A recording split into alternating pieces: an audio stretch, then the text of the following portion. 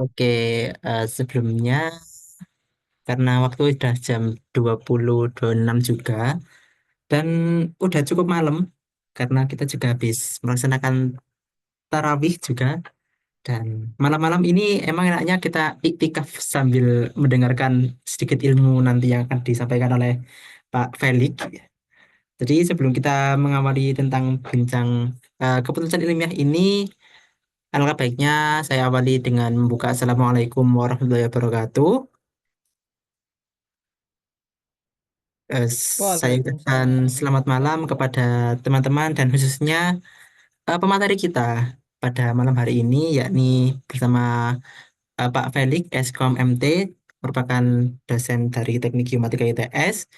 Dan pada acara malam hari ini itu kita konsepnya cukup nyantai karena dari judulnya aja ini udah bincang ya. Kita lebih ke diskusi gitu.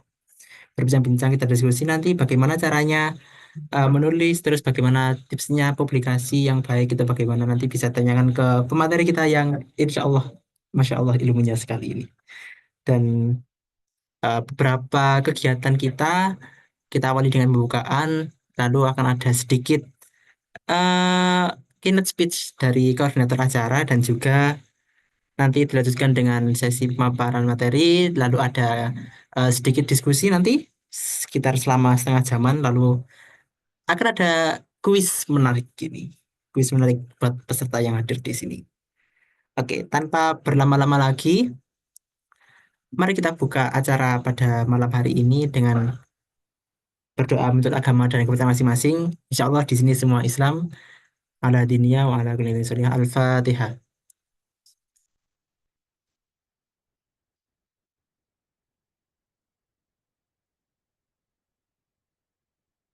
Amin amin ya rabbal alamin. Selanjutnya, eh, kurang rasanya apabila kita tidak mendengarkan sedikit speech atau sedikit sambutan dari koordinator acara malam hari ini. Monggo, Mas. Ya, Assalamualaikum warahmatullahi wabarakatuh. Waalaikumsalam. Alhamdulillahirrahmanirrahim. Wassalatu wassalamu ala asyrofil anbiya'i wal mursalin. Sayyidina Muhammadin wa ala alihi wasallam. Ajma'in amma ba'du. Yang saya hormati, Mas Felix selaku pemateri pada malam hari ini, juga seluruh peserta ini saya lihat ada dari yang masih S1 maupun yang udah lulus juga ada, yang lagi S2 juga ada. Semoga acara ini bisa mengisi malam-malam Ramadan kali ini dengan kegiatan yang positif ya. Semoga kalian bisa mendapatkan ilmu yang kalian harapkan. Salawat serta salam marilah kita panjatkan kepada junjungan kita Nabi Muhammad SAW. Em, Mungkin singkat saja ya. Acara ini diadakan untuk eh, komunitas ST Pro, di mana komunitas ini memang bergerak di bidang teknologi maupun sains yang berfokus untuk mengembangkan skill, bukan fokus ya, tapi lebih ke kita di sini bersama-sama mencoba mengembangkan diri untuk gimana sih caranya biar bisa sustain, bisa bertahan, mungkin khususnya untuk bagi para mahasiswa pasca sarjana ya. Tapi nggak apa-apa, mungkin bagi yang belum pasca sarjana nggak apa-apa, mungkin eh, malam ini masih bisa relate ya, karena bahasanya mungkin di beberapa jurusan ada yang diminta buat bikin publikasi dan seterusnya. Mungkin nggak perlu berlama-lama sambutan dari saya. Semoga semua peserta yang ikut pada malam hari ini bisa menikmati acara dari ST Pro ini, dan semoga kita bisa mendapatkan ilmu yang bermanfaat. Sekian dari saya, kurang lebihnya mohon maaf. Wassalamualaikum warahmatullahi wabarakatuh. Waalaikumsalam warahmatullahi wabarakatuh.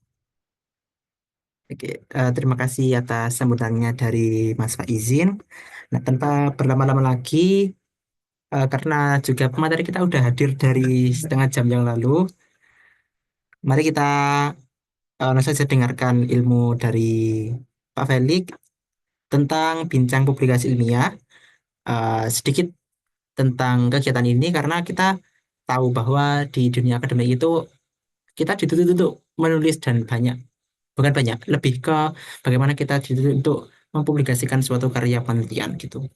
Nah, mungkin dari eh, kegiatan ini nanti bisa memfasilitasi kita untuk bagaimana caranya kita menulis hingga mempublikasikan hasilnya ke luar. Oke, langsung saja kepada Pak Felix, apakah sudah siap? Oke, so siap. Monggo, waktu dan tempat dipersilahkan. Oke, baik. Terima kasih, Mas Aun. Ya, Aunila ya. Panggilannya apa? Aun. Atau Oke, Aunil. Aunil. Oh iya, Aunil. Itu senangnya. Bagus. Oke. Terima kasih kesempatannya Aunila dan teman-teman. Ya, mungkin apa ya?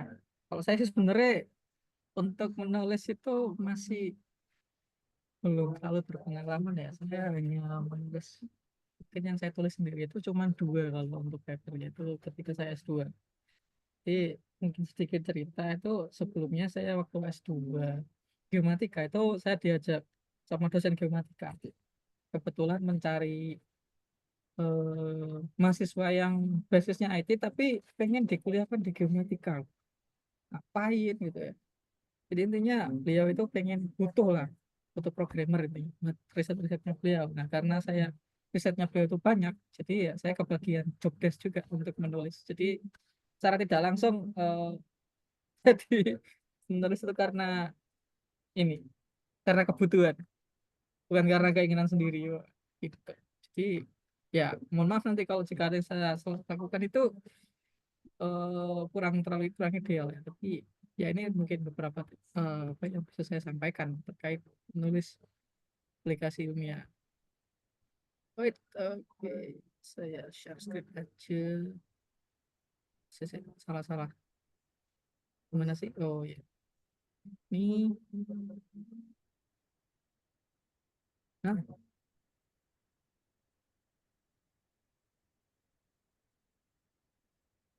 oke, puncak publikasi ilmiah, Stepper. Saya nggak sempat masukin logo-logonya ya, maaf, karena PPT dibuat secara dadakan. Saya belum. Nah, jadi kalau kita bicara tentang publikasi ilmiah itu ya, ya pertama ya pasti kita mulai dari ide apa yang mau kita kerjakan gitu ya. Nah, ide itu gimana nih dapatnya? Kita dapat ide dari mana ya?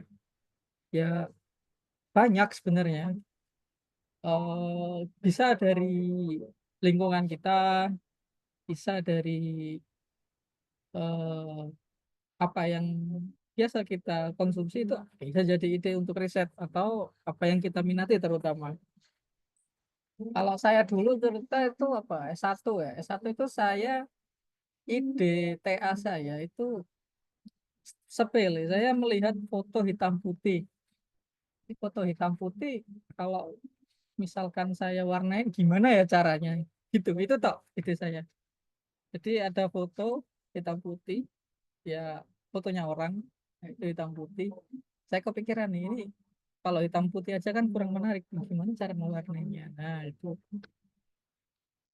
Nah akhirnya dari ide sepele itu bisa saya kembangkan. Oh iya, yang hitam putih itu nggak hanya foto ini. Hitam putih itu banyak karya-karya masa lalu, foto-foto masa lalu, video-video masa lalu itu hitam putih semua karena memang teknologinya belum mencukupi untuk berwarna gitu kan.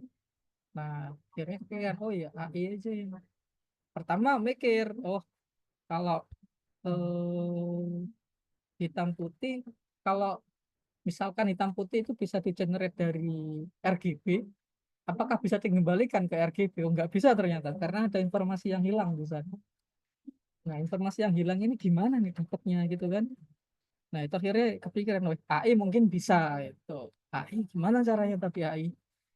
Akhirnya saya pakai AI namanya autoencoder. Autoencoder ini kalau AI itu berfungsi untuk mengembalikan tadi informasi yang hilang. Jadi dia akan mencoba mengenali objeknya. Nah, objek itu warnanya apa? Nah, itu yang kita kembalikan. Jadi kalau dulu itu konsepnya ada dua model ya saya itu ya. Ada model untuk pengenalan objek itu ada pakai transfer learning. Jadi model yang sudah di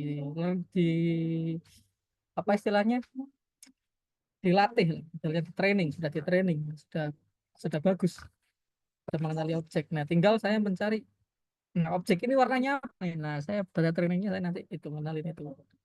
Jadi nanti digabung vektor apa fiturnya jadi output gambar berwarna ya. Meskipun secara teknis gitulah. Secara teknis nanti ada lagi untuk warna-warna apa? Oh, jenis warna di gambar ada beberapa, ada RGB, silip dan semacamnya. Nah, sebelum menentukan topik juga perlu diperhatikan menurut saya. Jadi yang pertama itu tadi minat dan passion ya. Pastikan yang kalian kerjakan itu sesuai dengan minat kalian karena biar tidak merasa keberatannya. Ya meskipun terkadang kita nggak juga pusing nyari judul, akhirnya apa cari dosen gitu ya, boleh nang dosen ya, itu juga termasuk pilih dosen yang sesuai dengan kalian, jangan asal pilih dosen, berbahaya nanti kalau dosennya tidak cocok atau dosennya ruwet atau gimana ya, itu nanti akan berpengaruh ke depannya. Itu termasuk ke situ ya. Kemudian relevansi dengan bidang ilmu. Nah, kalau misalkan ini bidang juga, misalkan kalau saya dulu bidangnya KCP, kalau di informatika itu ada ya KCP Citra masuk. Nah, itu ya akhirnya saya cari topik-topik yang sesuai dengan Citra. Nah, terus juga yang perlu diperhatikan adalah ketersediaan sumber daya. Nah, ini penting ini. Ini yang kadang juga sering menjadi hambatan ketika kita riset. Sumber daya ini bisa jadi kayak device kita atau data itu, atau akuisisi datanya bagaimana. Nah, atau keilmuan juga. Jadi jangan sampai eh, apa yang kita lakukan, kita bidang keilmuannya pun tidak ada yang tahu, dan kita juga tidak punya akses ke sumber informasinya, itu berbahaya nanti. Jadi terlalu mengide tapi belum punya solusi, itu hati-hati, jangan jadikan judul dulu. Nah, kalau sudah mencari-cari sumbernya dan ada, nah itu baru bisa dilakukan. Jadi ini perlu diperhatikan juga ketersediaan sumber daya ini, terutama data. Nah, ini penting juga. Jadi sering sering kali masalah mentok di data boleh wis wangel moro-moro pas saya TA data dia hilang, laptopnya rusak, oh ini kejadian parah ini. Ya itu, jadi perlu dipastikan juga data itu ada, mungkin kalau bisa ya di save, di keep yang aman. Terus kelayakan, nah ya kelayakan itu kalau saya, menurut saya, selain ya jam sepantasnya S2 itu seperti apa, tapi ya ojo terlalu ribet juga, kasihan. Kalau bagi saya itu S1 itu kita itu mengimplementasikan suatu metode kepada eh, suatu kasus. Nah, itu S1. Jadi kita punya suatu metode dan kita implementasikan pada kasus tertentu, itu S1.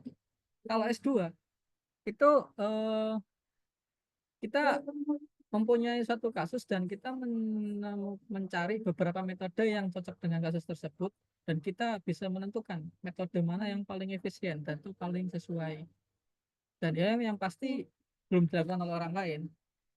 Nah, jika udah S3 ya yang pasti kita harus menemukan metode baru yang nanti di disertasi ya. Dan termasuk penemuan itu ya juga harus yang pasti lebih baik daripada metode yang ada. Kemudian keunikan dan inovasi, nah itu tadi. Jadi apa yang kita lakukan ya pasti harus ada novelty-nya.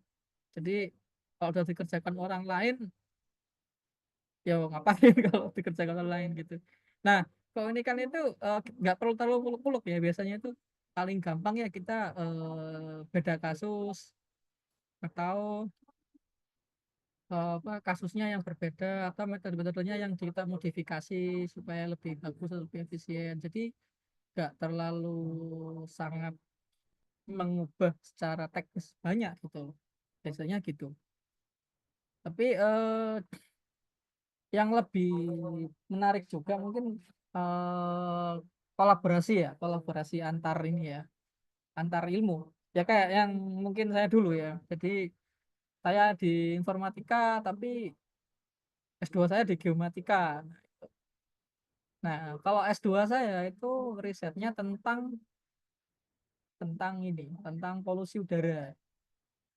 Tapi dosen saya mintanya ribet, gak masuk akal. Jadi dosen saya itu dulu nyuruhnya gini, karena kamu S2-nya dibiayai dari penelitian yang tentang kesehatan, nanti tesismu harus ada sangkut pautnya dengan kesehatan. Mau gendeng ini. Geomatika dan kesehatan ngapain? Dan ada GPS-nya, bah, tambah gak masuk akal. Jadi dosenku itu kan GPS ya bidangnya. Karena dia jadi pembimbing ya mau nggak mau aku harus masukin bidangnya itu GPS. Nah, kita apa mana iki GPS karo kesehatan wis gak masuk akal weh. Nah, untungnya ya saya pelajari juga akhirnya terpaksa. Ternyata GPS itu tadi GPS itu bisa digunakan untuk mendeteksi kelembapan udara. Nah, kelembapan udara.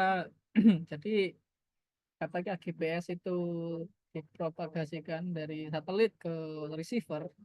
Nah, itu gelombang yang lewat itu dia mengalami ya disrupsi lah, mengalami disrupsi. Mungkin bisa jadi banyak ya. Nah, kalau di udara itu disrupsinya dari elemen kering sama elemen basah. Nah, itu delaynya itu kita bisa hitung. Dari delay itu kita bisa cari, oh elemen kering itu nilainya sekian, berarti elemen basahnya sekian sehingga muncul delay sekian. Nah, gitu. Nah, itu akhirnya oh iya wis nek iki sok hitung air ya wis tak hubungkan sama polusi, mungkin karena ada faktor keterikatan dengan polusi dan air digabung-gabung oleh korelasi, diklasifikasi, gawe AI mana wis pokoknya paling enak kayak AI ya nek riset-riset kuwi. Gampang golek novel ini. Tapi golek datanya ngeluh. Paling butuh banyak. Jadi AI itu enaknya adalah cari novelty-nya itu mudah. Maksudnya implementasinya bisa di banyak hal. Nah, tapi datasetnya butuh banyak. Itu tadi agak effort di data. Nah, kemudian itu tadi realistis, realistis ya. Jadi pastikan realistis itu ya itu tadi bisa diselesaikan dalam jangka waktu sampai lulus. Kalau lebih cepat lebih baik. Jangan sampai terlalu berat sehingga bisa jadi bikin molor. Jadi ya apa ya? Kadang itu antara idealisme sama realistis itu agak bertabrakan ya. Cara idealisme itu kita misalkan pengen, aku tuh pengen banget nih melakukan ini nih gitu, tapi secara realistisnya kayaknya repot deh, nanti bisa molor bisa apa karena mungkin faktor datanya, faktor uji cobanya, yang itu misalkan nih untuk informatika risetnya RPL. Nah, uji cobanya kan sulit RPL. Kita harus benar-benar menguji metode RPL, metode pengembangan itu di suatu lingkungan yang sedang melakukan develop misalnya. Nah, siapa yang kita uji, siapa yang kita coba, kita juga nggak punya resource itu kan, nah itu sulit. Atau mungkin bisa kalau mungkin ada metode simulasinya ya, ya itu nggak apa-apa, tapi ya itu tadi validasinya juga kurang. Nah, yang terakhir kalau bisa itu sesuai dengan kepentingan akademis atau profesional. Maksudnya apa? Apa yang kita kerjakan itu tidak hanya berhenti di situ. Jadi tidak hanya berhenti sampai oh ini jadi paper sudah, tapi ke depan itu kita bisa tetap menggunakan ilmu itu baik untuk misalkan bagi yang akademisi ya nanti jadi akademis kita bisa melanjutkan riset itu atau bagi yang profesional itu bisa jadi portofolionya dan memang relevan dengan yang dikerjakan.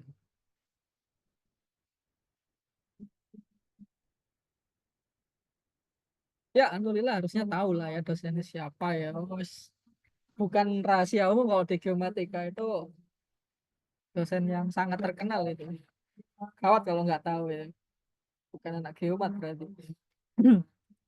Nah, oke. Jadi itu tadi mungkin poin-poin yang perlu diperhatikan ya sebelum kita menentukan topik yang akan kita kerjakan. Karena salah langkah di sini juga jadi repot nih. Bisa ngulang proposal itu jadi mulai semester kan juga sulit. Itu. Oke, oke. Nah, kemudian untuk mengumpulkan studi literatur, ketika kita sudah menemukan ide, nah ini juga sebenarnya ide belum fix pun kita juga sudah harus baca-baca. Jadi eh, sebelum fiksasi ide itu lebih baik kita baca-baca jurnal terbaru. Jadi kayak yang saya lakukan itu juga, saya juga sebelum oke saya judulnya ini, saya harus baca-baca dulu apakah metode ini sudah pernah ada yang pakai atau apakah ada metode lain yang mungkin lebih bagus yang bisa saya terapkan. Itu juga penting. Kayak yang tadi, kayak saya satu itu awalnya saya nggak kepikiran pakai AI. Saya pikiran pakai metode matematis biasa, bagaimana mengkonversi jadi citra yang ber- berwarna menjadi tidak berwarna, dikembalikan lagi. Itu ada nggak metodenya? Nggak ada, ternyata sulit karena itu tadi informasinya hilang, kecuali AI itu bisa memahami kan, jadi disimpan di model informasinya gitu. Nah, baca-baca nemu-nemu, oh ternyata bisa gini, baru tuh kalau sudah kita bisa pakai. Nah, sumber lainnya itu bisa jadi buku juga. Jadi selain kita mendapatkan apa ya, paper yang menurut kita cocok, kita juga harus paham dan maksudnya apa, tidak hanya kita tahu oh iso gitu, tapi kita nggak paham dasarnya gimana gimana kalau bisa terjadi, kenapa kok bisa seperti itu. Nah, itu kita harus cari juga. Bisa jadi teori-teori dasarnya di buku-buku atau yang di sumber-sumber yang lain. Nah, itu bisa. Nah, jangan lupa kalau sudah baca-baca itu dicatat ya, maksudnya catat catat catat, kalau bisa dibuatkan tabel atau simpan di Excel catatannya. Mungkin beberapa ini aja yang penting, mungkin di poin citasi, oh ini bisa tadi tak citasi, bisa sebagai latar belakang, bisa sebagai apa. Nah, biasanya latar belakang mungkin bisa untuk gapnya, gap penelitiannya jadi latar belakang, atau untuk validasi metodenya itu bisa. Ya yang penting itu tadi carinya itu ya, yang penting jangan lupa dicatat lah. Kalau itu nanti kan bisa jadi, meskipun ini masih tahap awal kita masih belum riset, itu bisa disimpan untuk kita nulis ke depan nanti. Jadi nyari studi literaturnya di depan itu kita nggak ngerjakan ulang lagi karena kita sudah punya catatan di depan. Itu penting. Meskipun ya nggak semuanya juga akan terpakai, nanti juga masih akan mesti cari lagi. Nah, kemudian membaca paper ya. Ada mungkin di sini saya mungkin buat dua langkah ya. Yang pertama itu kita seleksi dulu papernya. Maksudnya kita cari-cari paper yang relevan aja. Seleksi, seleksi, ambil gitu. Cari cepat lah. Biasanya membaca cepat itu ya, yang penting kita abstraknya dulu pasti kita baca.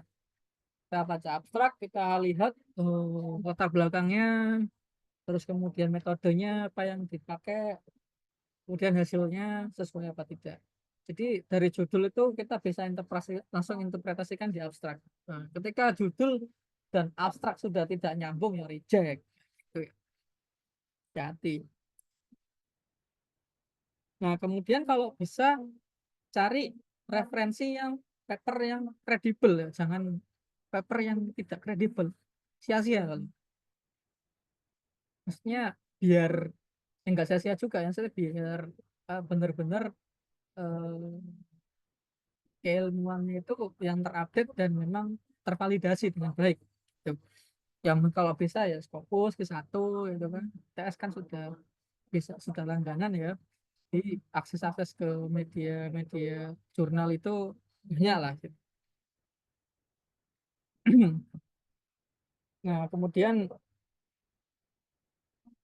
bisa jadi juga kalau misalkan cari referensi dari penelitian senior, kita juga bisa mungkin biar lebih mudah dipahami.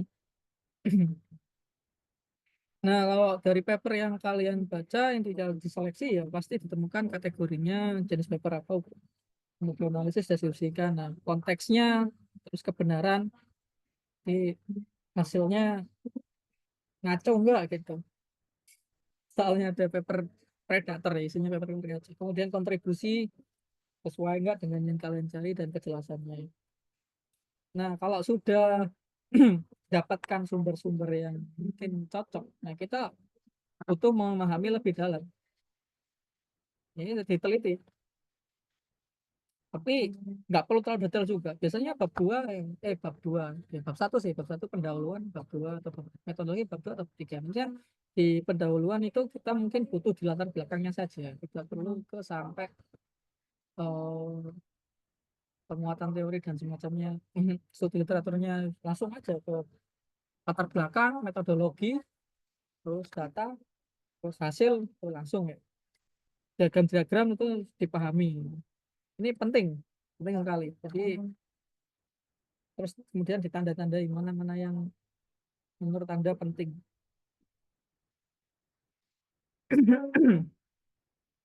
Nah, kalau kita bicara tentang paper itu kita biasanya menilainya dari Scopus atau Sinta.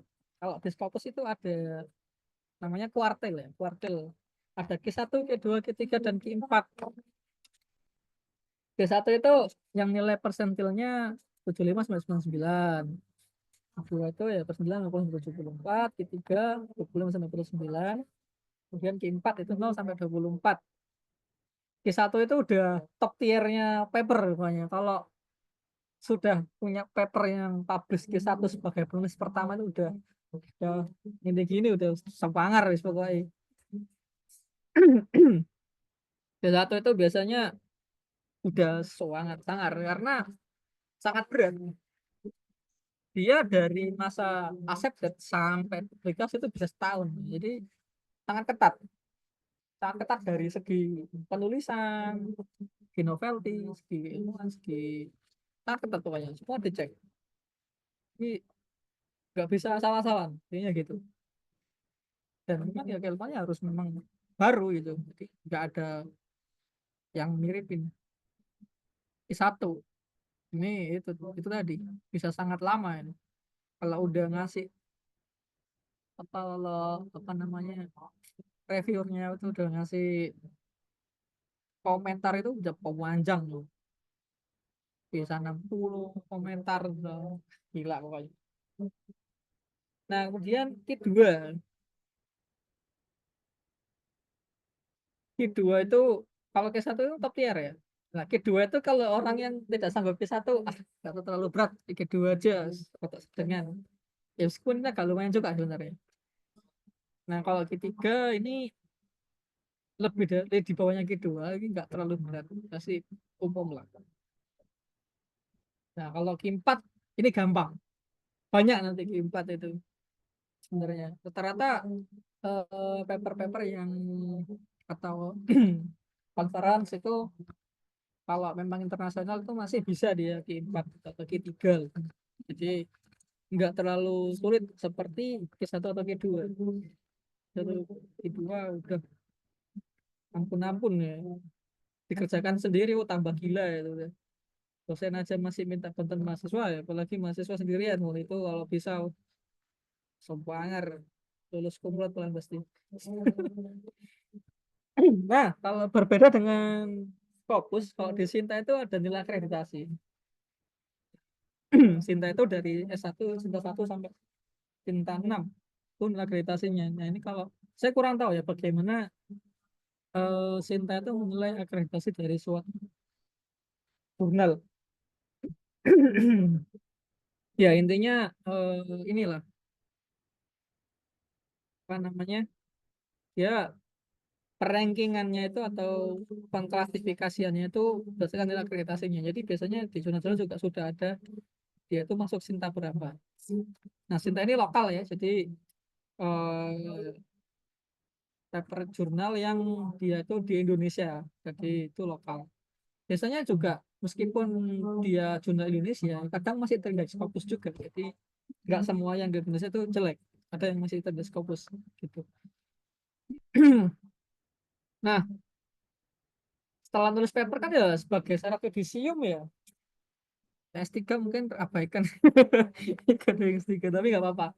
Jadi kalau S2 itu minimal itu di jurnal ilmiah nasional ya. Sinta Sinta 4. Sinta. atau internasional kalau bisa, dan juga seminar yang internasional dan terindeks dan akan dipublikasikan pada proceedingnya yang terindeks Scopus. Jadi kalau mau lulus itu bisa lewat conference atau publikasi paper. Nah, itu tadi kalau publikasi juga dipastikan eh, jurnalnya itu apa, minimal tingkatannya itu Sinta 4. Kalau Scopus ya meskipun Q4 ya sudah bagus. Atau seminar internasional.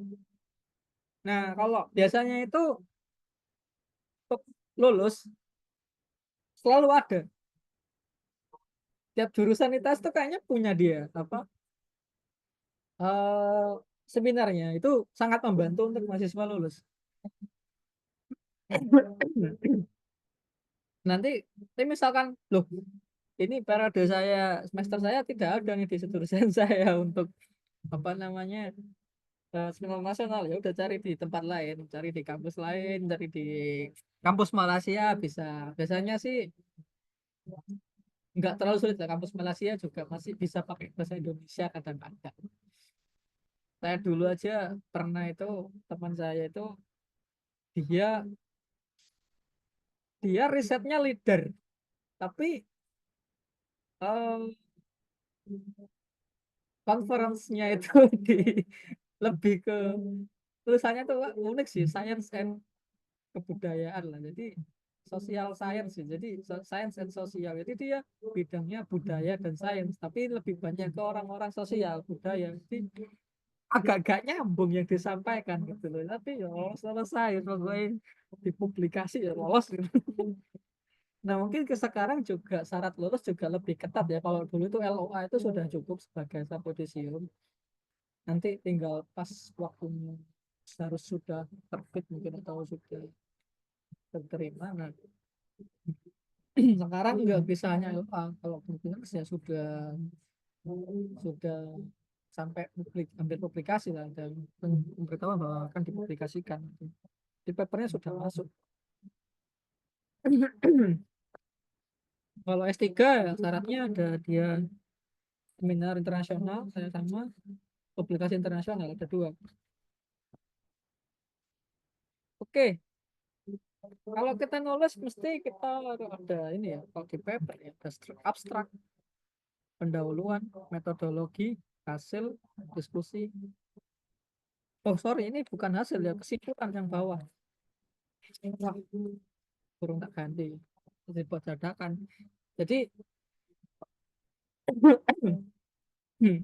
biasanya di bagian hasil dan diskusi itu bisa dijadikan satu bab. Nah, jadi bab pertama pendahuluan, bab kedua metodologi, bab tiga hasil dan diskusi, bab empat bisa jadi kesimpulan atau kok bisa dipisah, hasil sendiri, diskusi sendiri, kemudian kesimpulan. Nah, di abstrak ini yang jelas dia harus memuat ringkasan secara keseluruhan yang ada di dalam paper teman-teman. Yang pertama itu tadi mulai dari latar belakang, tujuan, metodologi, kemudian hasil dan sedikit kesimpulan di bawah setelahnya. Nah, di pendahuluan ini juga nanti isinya itu mulai dari latar belakang tadi, latar belakang, terus kemudian pengenalan tentang hal-hal yang ada di dalamnya nanti. Ini biasanya ya, macam introduction ya, pendahuluan ya, kalau di literatur lah itu masuk di bab pendahuluan kalau di paper. Terus tujuan, nah tujuan tadi yang dan penting adalah gap penelitian. Setelah studi literatur kemudian baru kita menyampaikan gap penelitian. Jadi latar belakangnya apa, biasanya kasus apa atau kejadian apa, fenomena apa. Nah, kemudian kita menyampaikan juga, maka kalau ada fenomena apa kita harus ngapain. Oke, udah nemu nih kita harus ngapain. Kalau sudah kita harus ngapain, nah orang lain sudah melakukan apa, gitu kan, untuk hal itu. Oh, sudah ada yang melakukan ini gitu. Nah, tapi yang dilakukan orang lain itu bisa loh diginiin, masih bisa dioptimalin gini misalkan. Kalau apa ya bahasanya ya, oh ini masih kurang ini gitu, masih bisa ditambah ini gitu. Oh ada poin yang masih belum terselesaikan, bisa diselesaikan dengan metode ini. Nah itu di pendahuluan dijelasin semua. Jadi ada referensinya, kita juga bisa mencatat paper-paper yang kita jadikan rujukan, dan kita bisa mencari gapnya apa yang kurang. Nah gap itu bisa tadi banyak, misalkan oh sebenarnya sudah ada nih orang yang metodenya pakai ini, tapi di kasus ini belum dipakai. Nah, makanya saya coba pakai untuk kasus A gitu. Dia pakai kasus di paper pakai kasus A, terus kita pakai kasus B. Nah, ini saya mencoba menerapkan metode yang ada di kasus A untuk kasus B dengan variasi atau dengan perbaikan seperti ini ya. Dengan tambahan ABCD gitu. Nah, itu masuk di pendahuluan. Nah, baru di metodologi ini, metodologi ya apa yang dilakukan ya, dari dari awal sampai akhir, dari penyiapan data atau jenis datanya atau apa yang kamu lakukan, data yang dipakai itu dijelaskan di sini. Terus kemudian prosesnya sampai dia nanti jadi akhirnya gimana, terus evaluasinya bagaimana nanti. Nah, itu banyak evaluasinya. Evaluasinya bisa kita kalau bicara paper itu ada apa ya,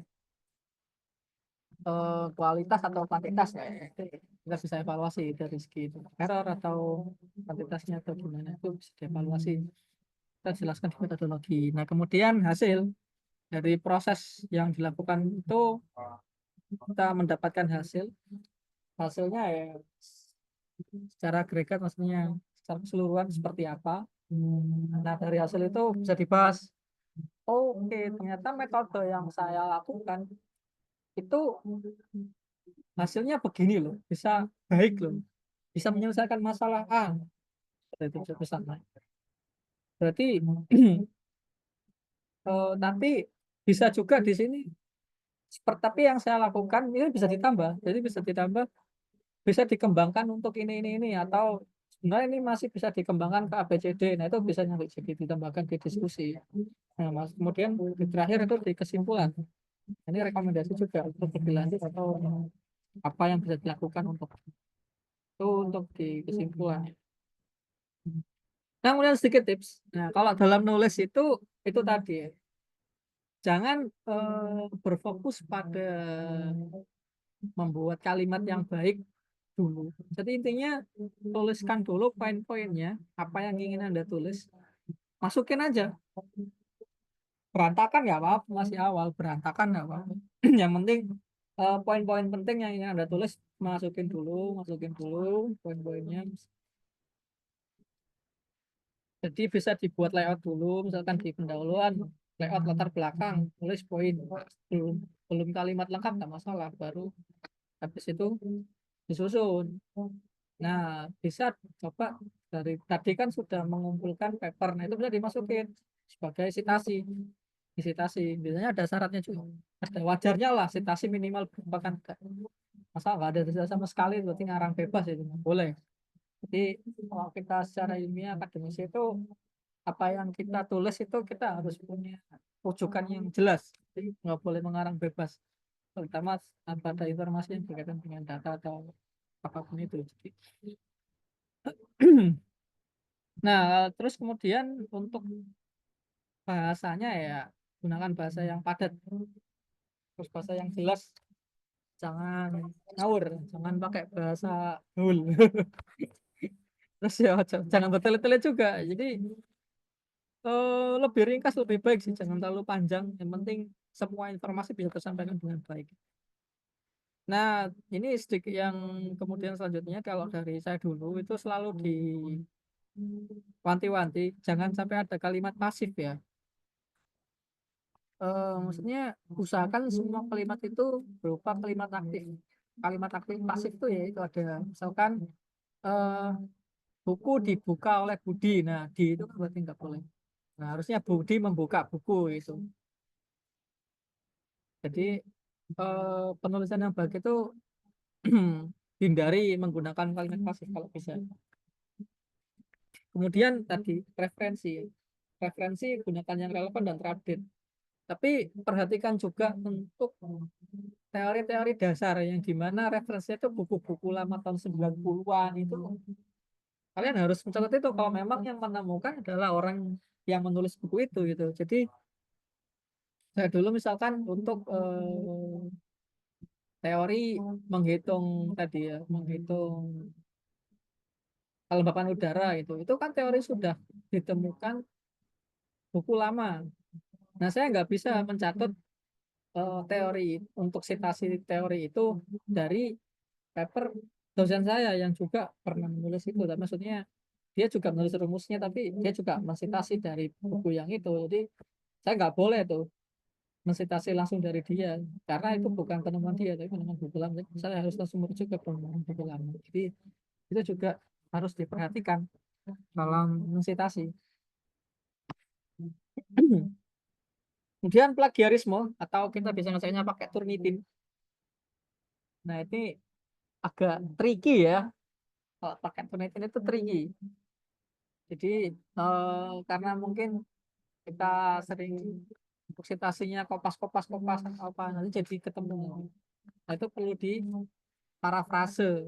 Nah, kita sudah banyak lah untuk mencari parafrase ada AI dan semacamnya. Jadi ada bantuan juga untuk ngecek parafrase, untuk reparaphrase untuk mengurangi plagiarisme.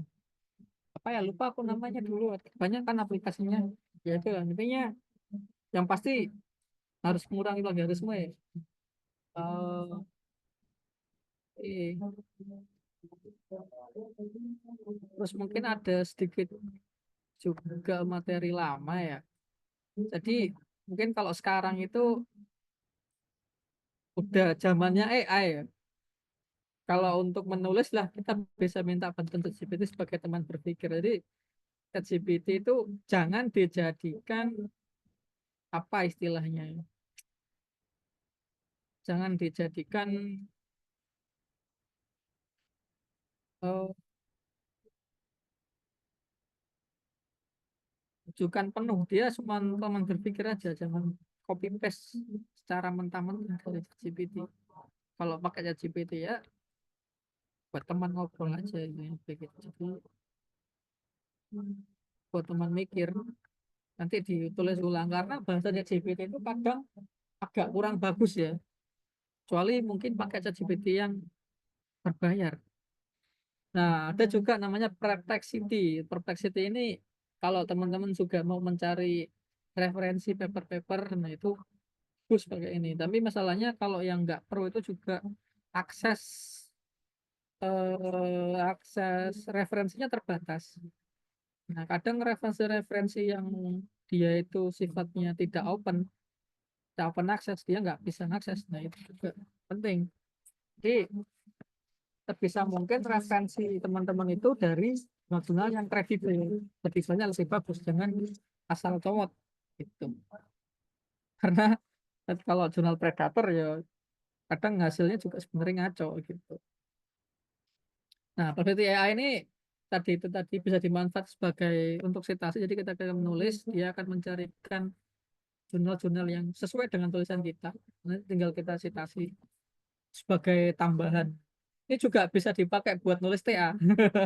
Jadi kalau TA kan juga harus ada ini ya, presentasinya ya, itu bisa. Nah, connected paper ini untuk mencari hubungan antar ini, antar apa namanya, antar judul. Jadi ini juga sebagai kita mencari novelty ya. Jadi untuk memastikan apakah metode yang kita inginkan itu sudah dikerjakan oleh orang atau tidak, bisa kita mencari dari sini. Nah, itu tadi kita bisa juga minta bantuan AI untuk mencari research gap dari apa yang mau kita tulis.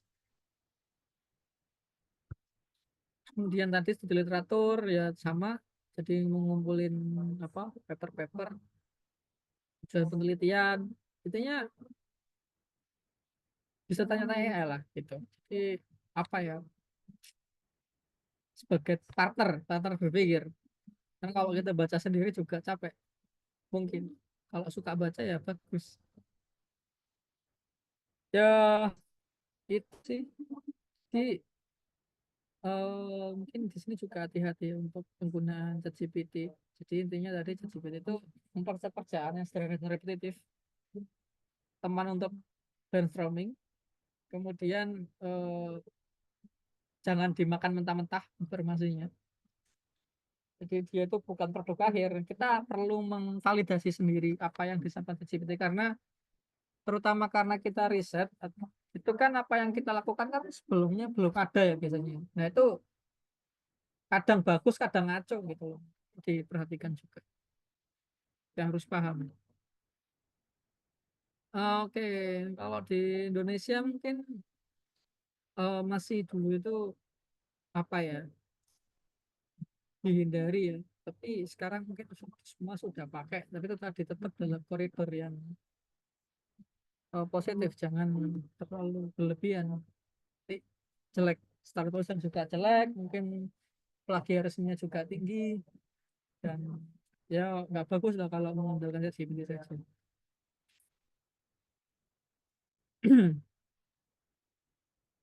Nah, oke, jadi eh, AI itu jangan digunakan sebagai pengganti untuk critical thinking dan analisis skill teman-teman. Tapi AI itu boleh digunakan hanya sebagai partner aja. Jadi jangan sampai eh, teman-teman yang disetir oleh AI itu bahaya gitu. Disetir oleh AI itu. Jadi partner aja, teman-teman yang menentukan apa yang akan dilakukan. Jadi yang harus validasi. Sering, sering ngaco soalnya. Oh, nah, oh, contohnya adalah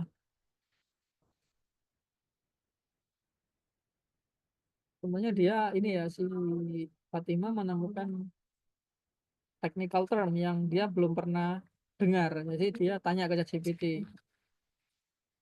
Nah, ini bisa ChatGPT menjelaskan dengan cara yang mudah. Ini boleh.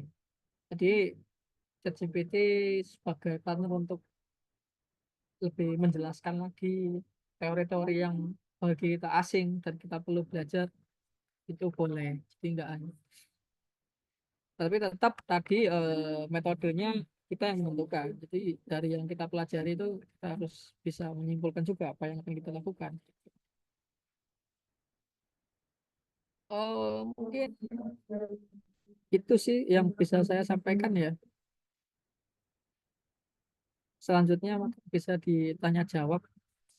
Jadi, oh ya, tambah lagi terkait kalau di tornya itu ada tips and trick untuk eh, kayak publikasi ya sama pendanaan. Nah, kalau untuk publikasi itu tadi tipsnya itu kalau mau pastikan teman-teman itu sudah punya ancang-ancang mau publikasi di mana. Jadi jangan nunggu eh, papernya jadi baru bingung nyari publikasi. Tapi sudah ancang-ancang karena pasti ada deadline-nya nanti. Ada deadline-nya, ada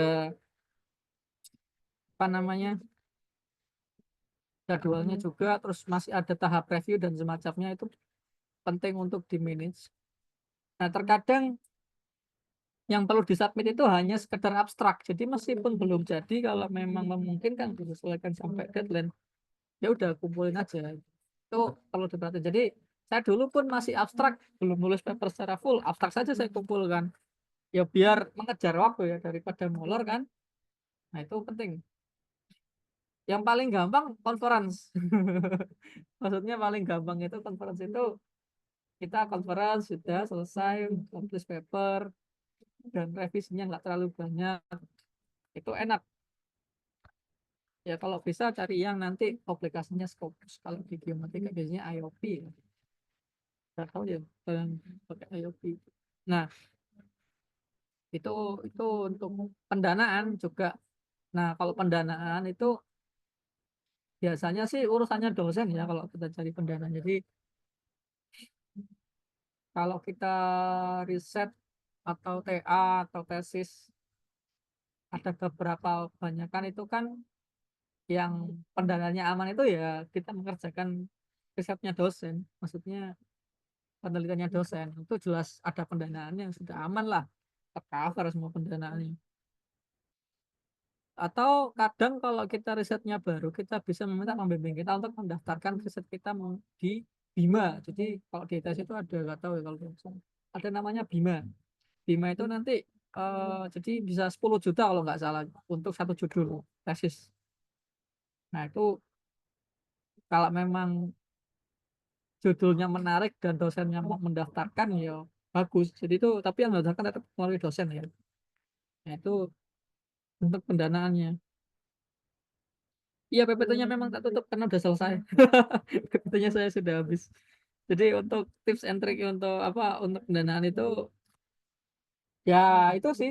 Jadi kalau saya dulu itu tadi dosen saya itu suka sekali mencari pendanaan riset-riset, entah itu internasional atau lokal atau ITS sekalipun. Hibah-hibah itu banyak itu. Satu tahun bisa 1 M judul, satu tahun 2 M. Kemarin satu satu judul bisa 2 M. Alhamdulillah dosen-dosen ITS. Nah, itu akan mesti ketika dosen itu dapat judul, mereka outputnya itu pasti ada paper. Nah, paper ini tuh bisa kadang diserahkan sama mahasiswa. Jadi mahasiswa mengerjakan, terus dia sampai publikasi, ada yang jadi outputnya jadi paper untuk dosen itu sendiri sebagai output dari riset. Bisa jadi nanti sebagian dibuat untuk conference sebagai syarat lulus untuk mahasiswa. Jadi,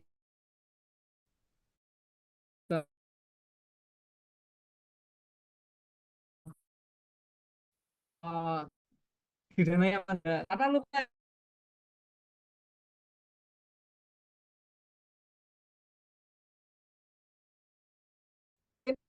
oh, masih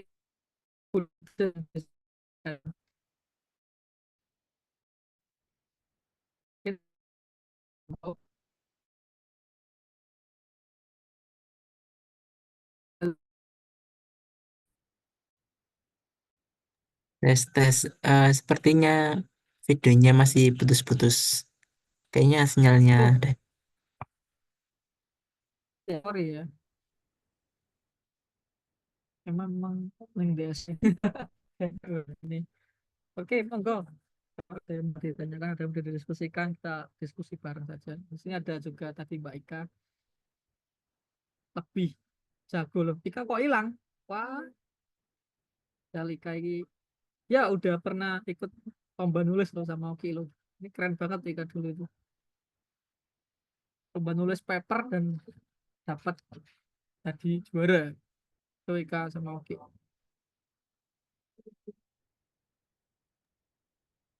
Ya, oke ada mungkin dari peserta ada yang mau mendiskusikan sesuatu ini tentang kepenulisan dan juga publikasi.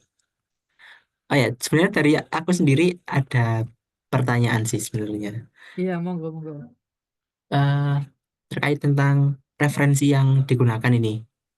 Jadi, ah eh ya sedikit bercerita. Tadi kan Pak Felix itu menerangkan tentang idealisme ya. Kalau bisa itu jangan terlalu idealis. Terus Marino habis itu kalau bisa realistis datanya ada dan sebagainya. Nah, ke saya itu di sini saya terlalu idealis. Jadi nah itu itu terkadang sering terjadi ya apa ya gimana terlalu idealis. Habis itu akhirnya banyak untuk mengeluarkan biaya di data. Habis itu ya sebelumnya juga belum ada juga cutting yang mengusung penilaian tentang ini juga jadinya ya sedikit kesan tapi gak apa-apa karena saya interest jadi mau menjalaninya dengan sepenuh hati. Nah tapi di sini itu rujukan utama saya adalah merujuk pada tesisnya orang ilmu kelautan. Nah apakah boleh menjadikan tesis itu sebagai eh, rujukan utama penelitian? Apakah harus jurnal yang terpublikasi atau kalau TA ataupun tesis itu boleh jadikan rujukan utama? kalau misalkan nulisnya tesis ya kalau bisa ya jangan merujuk ke TA ya mesti eh gini ya, kalau memang tesis itu pasti juga kan ada output papernya kan. Boleh, boleh. Maksud rujukan utama ya, tapi bukan menjadi dia satu-satunya rujukan kan. Kita tetap akan merujuk ke yang lain. Itu nggak masalah sih kalau merujuk meskipun beda jurusan. Tapi minimal setara lah ya. Jangan masuk tesis yang dirujuk TA kan nggak masuk akal. Ya nggak tahu misalnya biasanya pun kalau TA dia memang TA-nya bagus mesti jadi paper, nah yang dirujuk papernya saja jangan buku TA-nya gitu. Nah, terutama tesis juga ya kalau memang ada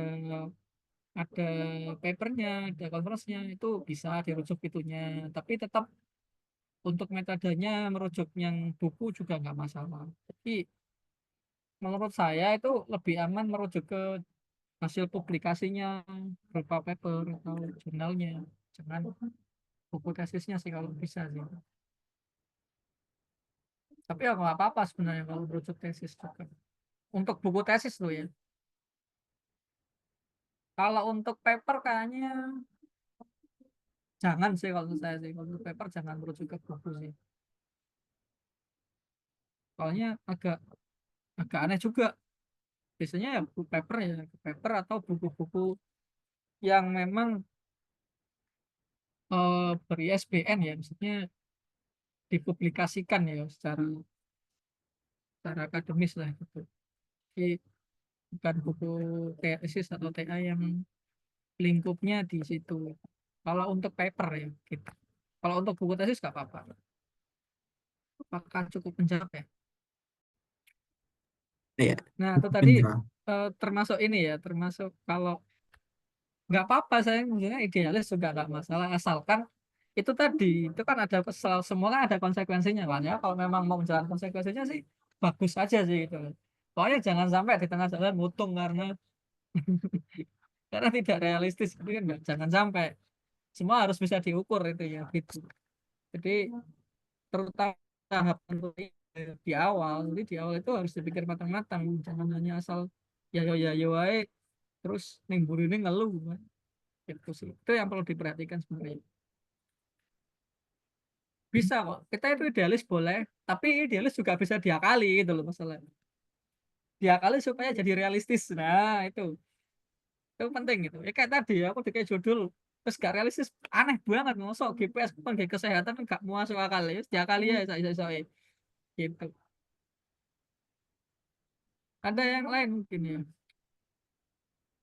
Ya, mungkin dari teman-teman di sini sahabat-sahabati yang punya pertanyaan, mumpung waktu diskusinya ini masih panjang juga.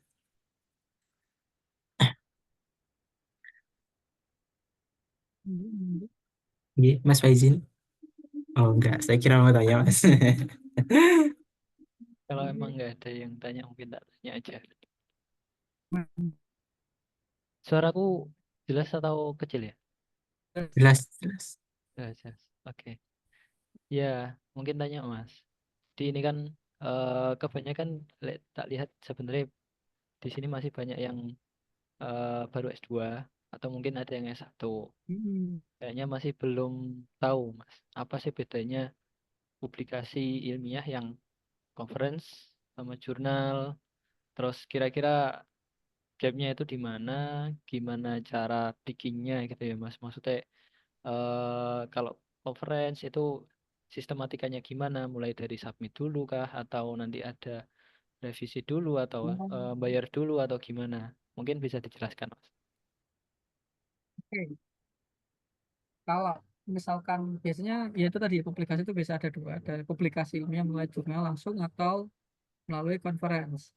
Nah, biasanya publikasi yang melalui conference itu dia yang dipublikasikan itu belum terlalu detail. Maksudnya dia hanya menyampaikan sampai metodenya itu tidak dibahas sangat detail beda dengan publikasi yang jurnal karena lebih ke shortcut sih kalau biasanya sih kalau secara secara ininya ya apa ya secara bukan secara teknis memang gampangannya conference itu tapi kita menyampaikan apa yang kita kerjakan secara umum ke halayak umum dan itu akan dipublikasikan ke yang ada di conference. Jadi biasanya itu penyelenggara conference dia itu juga kerjasama dengan publisher. Nah, nanti hasil dari conference itu dibuatkan sebuah paper juga. Nah, nanti akan dipublishkan ke publisher kerjasama oleh conference itu. Nah, biasanya juga berbayar tuh ketika pengen dipublish. Nah, itu juga sebagai syarat kelulusan.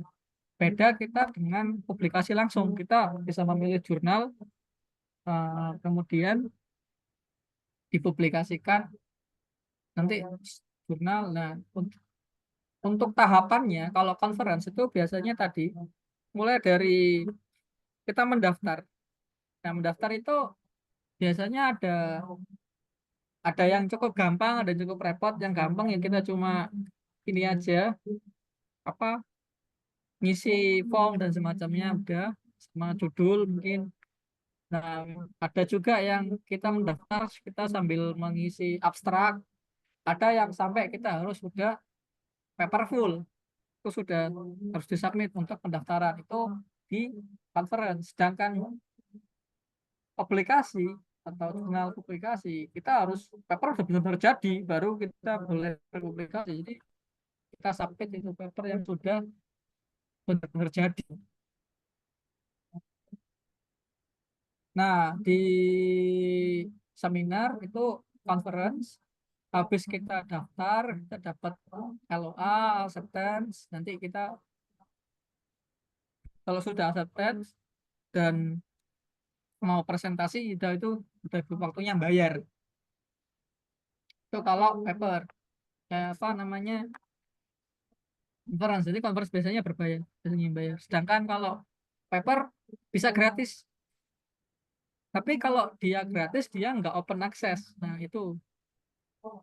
Jadi kalau paper terutama yang Scopus dia kadang itu kalau yang gratisan itu nggak open access.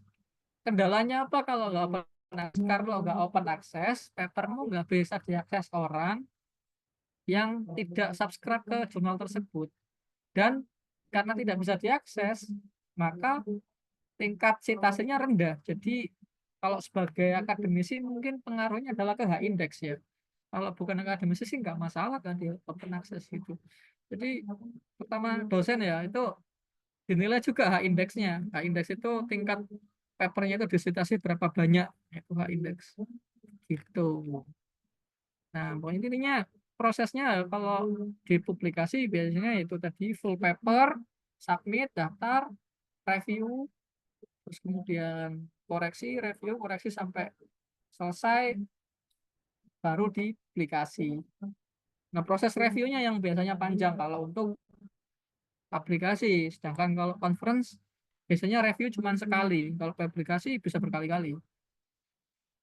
Karena kalau conference juga si penyelenggara ini punya target, punya deadline kapan dia harus publikasi, jadi nggak bisa berlama-lama. Tuh. Apa cukup menjawab atau ada yang mesti dibingung terkait perbedaannya conference? Intinya conference itu ada seminarnya lah gitu, kita harus mempresentasikan apa yang kita kerjakan, itu conference ya. Dan juga kita membuat paper yang dipublish oleh penyelenggara dengan publisher yang dia kerjasama. Biasanya sudah dijelaskan nanti conference ini publishernya ini gitu. Nah, kita bisa menilai publishernya itu dia kuartil apa gitu. Kalau publikasi ya sudah jelas.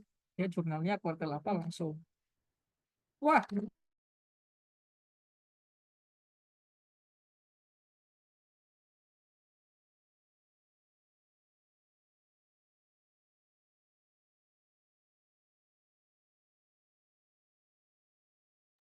Kayaknya baterainya habis.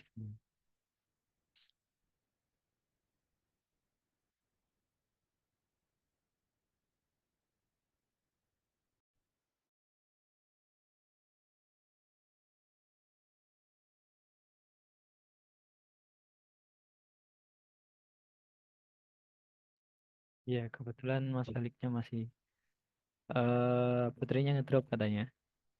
Jadi masih mau ngecas dulu mau nyalain laptop. Mohon ditunggu ya. Ini masih masih semangat kan yang join ya.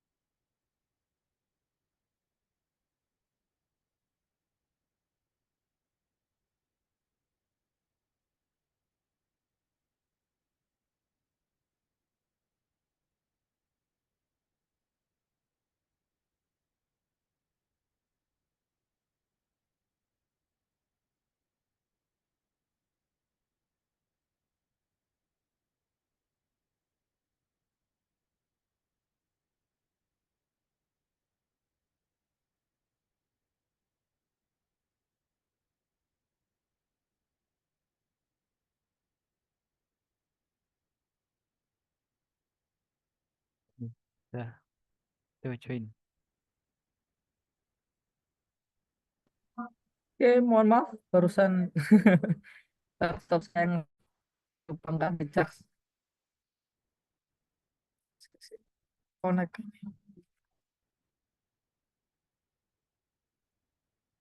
Oke, gimana? Ada yang ditanyakan lagi apa? Atau Mas bingung nih?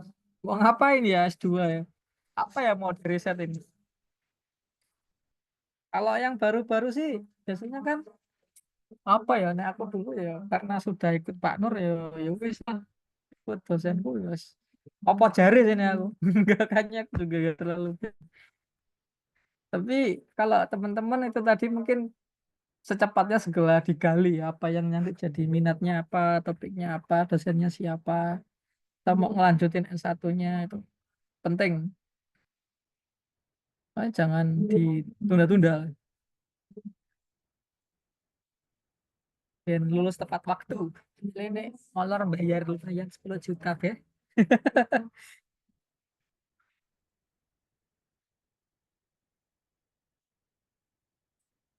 Onil aman ya? Gak molor ya nilai? Bismillah. Semester loro kan? Yang satunya diselesaikan dulu. Iya aman. Mantap, mantap. Mana teman-teman yang lain? Bagaimana? Oh ini ada Mbak Amelia Wijaya. G, silakan Mbak.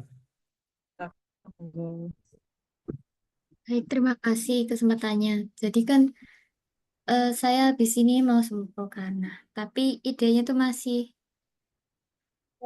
ngambang sekali. Jadi dan ini juga udah minggu kelima. Nah, tapi saya belum buat apa-apa. Nah, itu gimana ya caranya langkah-langkah step-step atau tips untuk sempro gitu. Terima kasih. Oke. Ada punya dosen pembimbing belum? Belum juga. Lah ini bahaya ini. Atau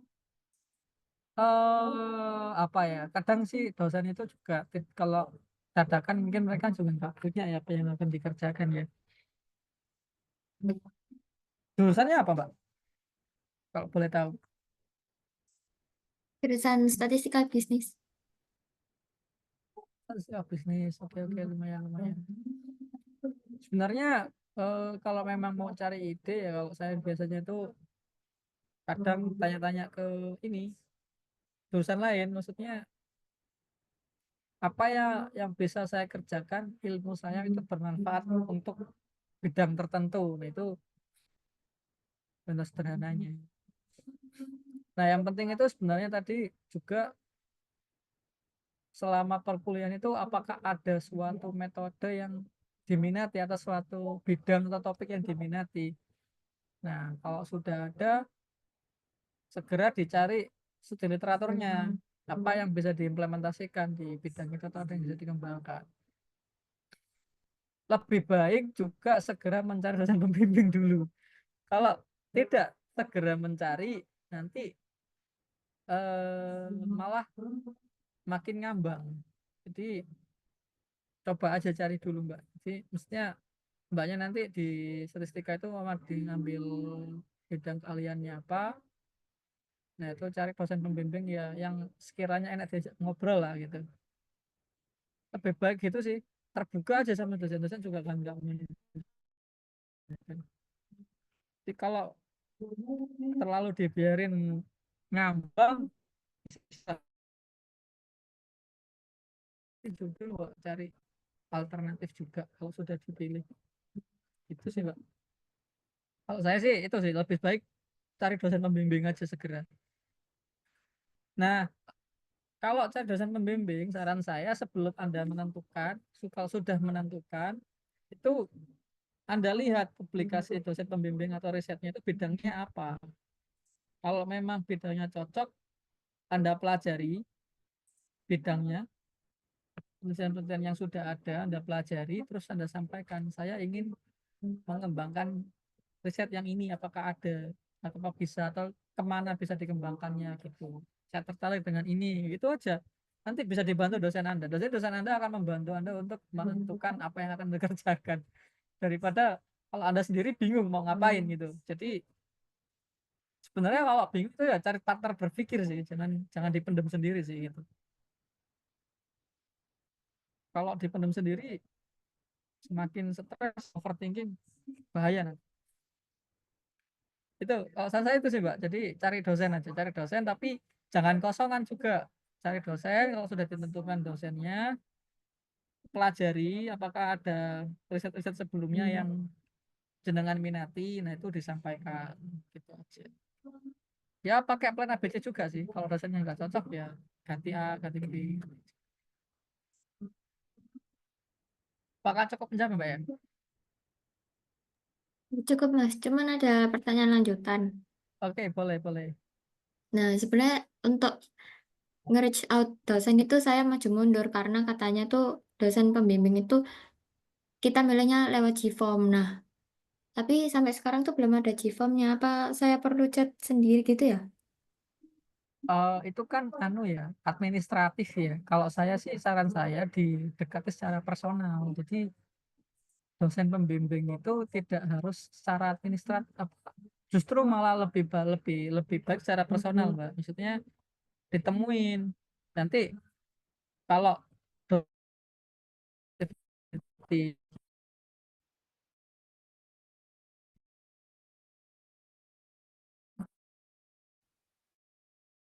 apa ya, jadi mereka terpaku pada estetik dan mereka lupakan budaya.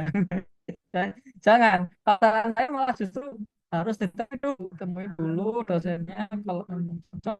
Nah, bro, nah kalau sudah cocok, nah, kalau administrasi dulu dosen kayaknya nanti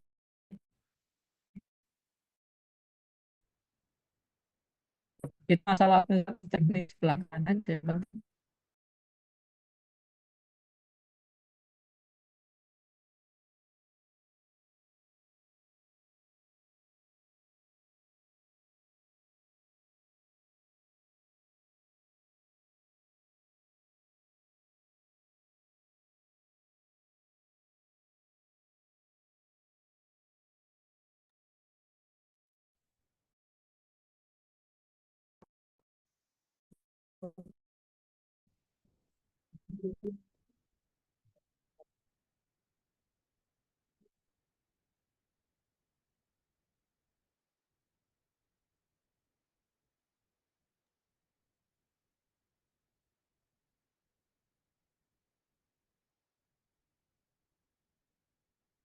Halo, halo. Sorry, koneksi saya agak kurang bagus. Ini Mbak Amalia, apakah menjawab atau masih ada yang dibingungin lagi? Sudah cukup menjawab Mas, terima kasih. Ya, sama-sama. Ya. Oke, ada yang lain?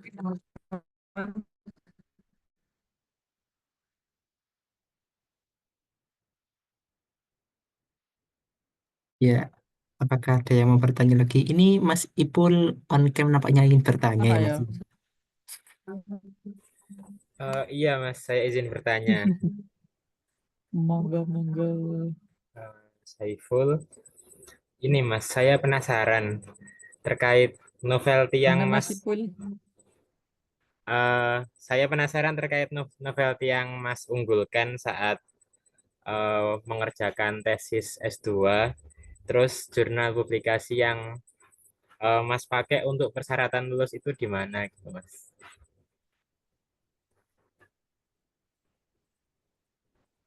Oke, faculty-nya ya. Ya, kalau saya dulu, jadi judulnya itu interrelationship, relasi antara data ZWD dari GPS dan polusi udara untuk menentukan kualitas udara. Jadi eh, ya memang belum ada yang bahas itu siapa ngapain juga ngambil data dari GPS untuk dihubungkan dengan polusi udara. Kalau data pengamatan kelembapan udara itu banyak sensor-sensor yang lebih apa ya, lebih bagus lah. Tapi ini karena itu tadi saya minta GPS ya itu.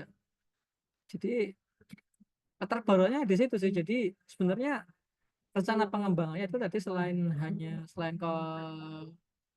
ke apa namanya, klasifikasi polusi udara. Jadi saya itu mau mencoba apakah dengan kita menambahkan variabel kelembapan udara dari GPS itu klasifikasinya akan lebih akurat atau tidak gitu. Itu. Nah, kemudian nanti pengembangannya adalah dihubungkan dengan penyakit yang berhubungan dengan pernafasan karena polusi udara. Itu karena tadi dosen saya minta ada hubungannya dengan kesehatan ini ngawur. Tapi untuk yang itu belum dikerjakan. Nah, untuk publikasi, nah saya dulu itu juga penelitian saya itu bekerja sama dengan pendanaan dari Chiba University Jepang. Jadi dosen saya punya kenalan dosen Jepang. Bukan dosen Jepang, ya dosen yang di Jepang. Tapi beliau itu orang Indonesia yang jadi profesor di Jepang. Kalau benar itu namanya Profesor Tertuko Sri Sumartyo. Nah, beliau itu ahli di bidang satelit sama remote SAR, Synthetic Aperture Radar. Nah, itu beliau di Chiba University, dan Chiba University itu ada pendanaan buat riset di mana syaratnya itu ada kerjasama dengan dosen sana, menggunakan resource-nya Chiba juga karena dulu saya pakai juga satelit Himawari, jadi ada penggunaan satelit apa data satelit Himawari juga. Nah itu terus Profil Sapat juga kebetulan beliau punya semacam ya dia itu di IEEE sebagai reviewer dan punya kegiatan untuk eh, kegiatan seminar tahunan.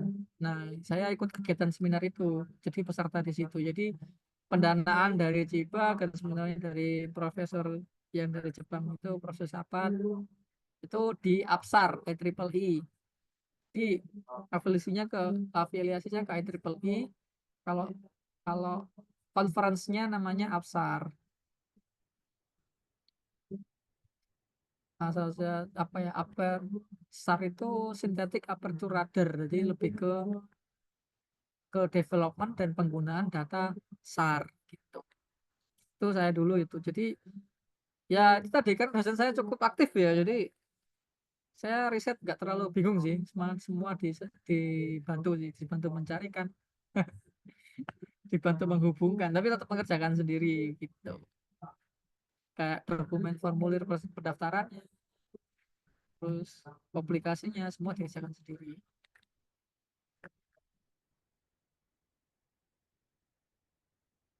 Gimana? Ada yang ditanyakan lagi? Sepertinya sudah ya Mas. Saya udah ya, enak sih nggak usah akhir capek. Gak. Boleh tanya Mas. Monggo monggo silakan. Mas Faiz Rivaldi celukannya apa ya? Foto Faiz sih. Ya mungkin Faizid itu. perkenalan dulu aja Mas. Ya monggo. Saya Faiz dari PENS Mas. Ini masih Offense. ya PENS ITS. Mas ini masih semester 6 Mas. Nah mungkin Oh iya. ya mungkin kan saya masih awam sama TA Mas ya. Masih bingung Ya. nentuin judulnya itu Mas. Judul yang spesifik mungkin sesuai dengan Mm-mm. research group yang lab-lab gitu Mas. Nah mungkin tips-tipsnya Mas. Tips itu menentukan spesifikasi topik yang jelas gitu Mas. Untuk TA. Terima kasih Mas. Ya, jurusannya apa Mas jurusannya? Elektro Mas. Elektro industri. Wah, Elin. Elin apa ya? Ya itu ya karakter tadi. Jadi kalau menurut saya itu ke sudah menentukan RMK kan berarti kan labnya apa kan? Iya. Ya, kalau sudah menentukan labnya apa ya udah. Jadi di situ sudah berarti kan kita harusnya udah tahu nih cara keilmuan yang diminati apa. Nah, kalau udah tahu intinya ini kalau mungkin industri karena juga akan lebih ke secara industri ya lebih ke praktis atau teknis ya Iya. coba dicari aja kira-kira judul yang mungkin secara praktikal di industri itu eh, masih jarang bisa kita referensi keluar jadi kalau di luar itu sudah oh di luar itu teknologi ini sudah dilakukan loh nah kita bisa mencoba di sini itu boleh maksudnya oh di perusahaan A ini belum diterapkan itu boleh jadi nggak harus sesuatu yang benar-benar baru ya terutama kalau untuk TA ya TA itu cukup kita mengimplementasikan suatu metode dalam suatu kasus yang belum pernah dilakukan orang lain intinya gitu jadi cari aja suatu metode yang Anda senangin cari pekerjaan yang mungkin Anda sukai di bidang Anda nah kemudian nanti nah itu bisa diterapkan di mana yang menurut Anda unik menurut Anda orang belum melakukan itu gitu itu boleh cukup ya gitu sih sebenarnya atau kayak tadi kalau memang ya karena masih penggalian ide itu cari-cari seperti baca-baca terutama cari-cari referensi yang mungkin memperkuat pengetahuan Anda terkait perminatannya itu boleh jadi itu akan semakin benar-benar baca paper itu sangat pas wawasan maksudnya apa yang kita bayangkan itu oh ternyata kalau kayak gini itu sudah banyak ya tapi bisa dikembangkan ke sini ternyata lah itu kata gitu itu kalau banyak-banyak plot twist ya kalau kita sering baca kita banyak melihat plot twist nah itu jadi ide-ide judul dia mah, ya, kalau kalau mulai kalau dari paling gampang ya nanti sekitar dengan udah KP kan semester 6 Ini masih KP Mas semester 6. nah itu biasanya kadang yang dikerjakan di KP kalau memang menarik bisa dilanjutin ke TA biasanya gitu.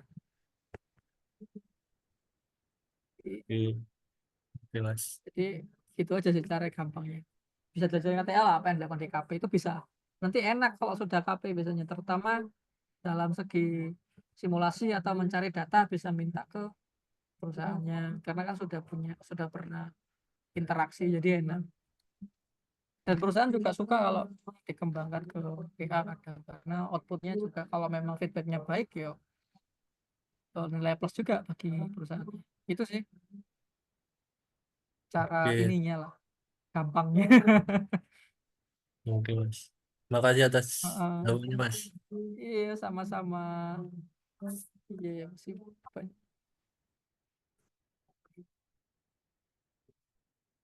Kalau kalau TA itu memang masih kan ya. Kalau kalau sudah di S2 itu biasanya itu kendalanya itu bukan di nyari judul kadang kendalanya itu tadi di proses di nyari data itu, terus kemudian metodenya itu biasanya kendalanya di situ kalau sudah di S2 karena sudah mengalami TA. Ternyata metodenya nggak jalan-jalan, programnya nggak melaku, datanya nggak backup, terus itu umum lah. Di situ yang memakan waktu lama kan. Oke, teman-teman ada lagi mungkin ditanyakan atau I- sudah dicukupkan? Ya, apakah masih ada yang mau bertanya? Mungkin Mbak Intan atau Mas Anas yang belum tanya. Monggo.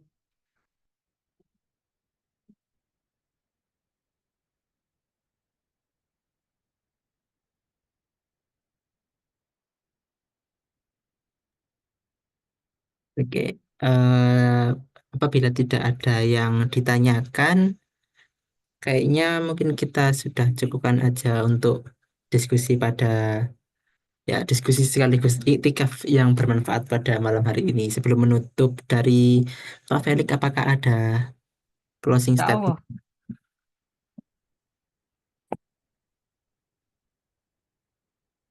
Apa ya? Ya intinya kalau dari saya sih ya semangat aja kalau sedang riset atau TA atau apa. Jadi yang penting dinikmati ya, jangan kabur. Dan terutama bimbingan ya, bimbingan itu kalau memang ada kendala itu jangan kabur, sampaikan saja supaya ada solusi. Kalau bimbingan sendiri berat intinya gitu. Banyak teman-teman yang bisa ditanya. Jadi you are not alone gitu ya. Kalau kata Liverpool. Oke, itu sih cukup. Sama ini ya, mungkin kelebihan kita di PMII bagi saya itu adalah kita jadi mengenal banyak teman atau banyak rekan yang dari jurusan lain antar disiplin ilmu itu sangat membuka wawasan kita terutama tentang keilmuan yang lain kalau bagi saya. Jadi karena saya kenal teman-teman dari jurusan lain yo akhirnya saya tahu bahwa apa yang bidang saya bisa membantu orang lain banyak ternyata itu penting. Kayaknya kadang saya kalau ketemu orang itu saya tanya TA mau apa karena saya pengen tahu juga karena itu apakah bisa relevan dengan saya itu apakah kita bisa kerjasama ke depannya itu penting kalau bagi saya. Di WM itu kita selain sebagai sahabat dalam perjuangan lillahi ta'ala ya, kalau bisa ke depannya sebagai sahabat dalam bisnis juga gitu. Ya itu sih. Ya, oke. Enggak, enggak. Terima kasih atas kelanjutannya. Jadi sedikit pesan yang bisa aku notice, yakni kalau bisa jadi sahabat dalam bisnis. Emang eh, pekerjaan kayaknya lagi susah sekarang di tengah gonjang-ganjing negara yang kayak ini ya. Kayaknya kerjasama bisnis menjanjikan. Oke, Kalau aku saya itu sampai sekarang itu ya pekerjaan saya dari dari PMI semua. Gimana gimana? ya, eh, jika Oke, tidak silakan ada silakan. yang Monggo. sudah ditanyakan bagi teman-teman lagi maupun ya karena waktu juga sudah menunjukkan hampir mau jam 10 ini cukup malam juga ya. Dan 2 hari juga mau lebaran. Sebelumnya aku ucapkan terima kasih kepada Pak Felix yang udah menyempatkan hadir pada malam hari ini mau diskusi. Tadi cukup banyak juga yang bertanya ya. Hampir semuanya bertanya tadi ada 6 orang yang bertanya cukup aktif.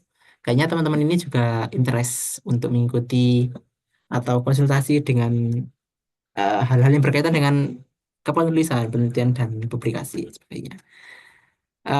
Sekali lagi ucapan terima kasih dan mohon maaf apabila ada kekurangan dalam Pak Felix. Sebelum kita mengakhiri, mungkin kita dapat dokumentasi terlebih dahulu dari Mas Faiz, Mbak Amel, Mbak Intan, Mas Ana sama Mas Ipul bisa on kamera.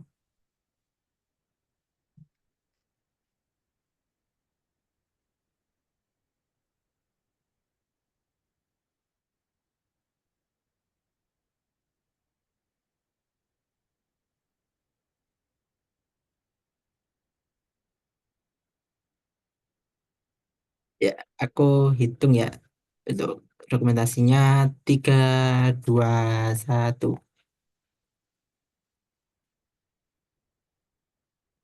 Sekali lagi 3, 2, 1. Oke. Nah, bagi teman-teman jangan keluar dulu karena dari Mas Faizin sudah menyiapkan surprise berupa quizzes. Monggo Mas Faizin, apakah bisa share screen? Oke, Aku boleh ikut Mas berarti? Kan boleh, aku juga peserta di sini. boleh, boleh. Mas Balik juga boleh ikut, monggo. Silahkan. Lo kan itu Pak Ya, Felix materinya kayak yang ikut. iya barangkali eh, gabut kan ya, barangkali Menguji malam. pemateri ini berarti ceritanya. Waduh, gak apa-apa. Kita seru-seru malam hari ini. Mungkin ditutup sama kuisis biar fresh sama pertanyaan-pertanyaannya. Monggo ini bisa, Aku nyimak awal aku. oke. Oke, sebentar linknya tak kirim dulu. Kok, monggo yang mau join, silahkan.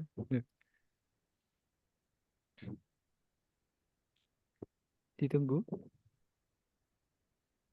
Kita main kuisis sebentar aja. Gak banyak kok pertanyaannya. Cuman semoga bisa merefresh. Ya, seru-seruan malam-malam. Pak Tes. Felix sekarang udah mudik. Loh, orangnya udah keluar. Langsung langsung kabur nih, langsung mudiknya. Monggo yang lain, full boleh join. Yuk, silakan, silakan. Mobil level 2. Ada lagi yang join. Wih, gas, gas. Ada lagi mungkin? Apa Ziful iki? Ipul paling. Ziful. Ziful. No, Zine hilang tapi Karifule di sini. Oke, ada Makul lagi. di sini makul. Ada yang lain. Itu Hmm? Mas Pul. Oh.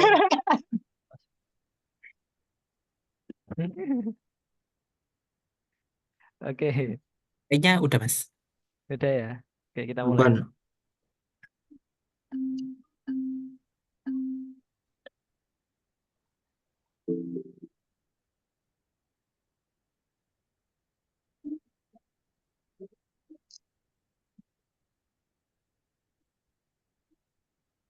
Gak masuk ya suara nih.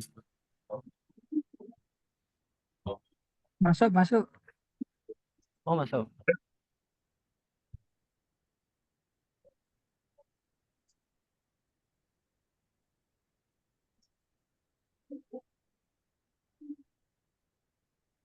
Beri.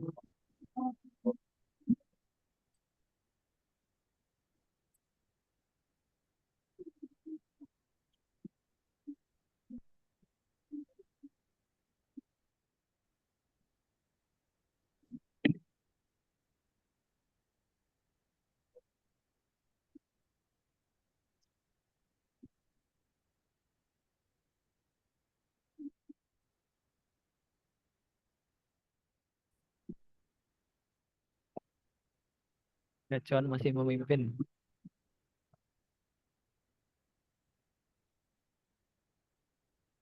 Ayo, ayo. Wih,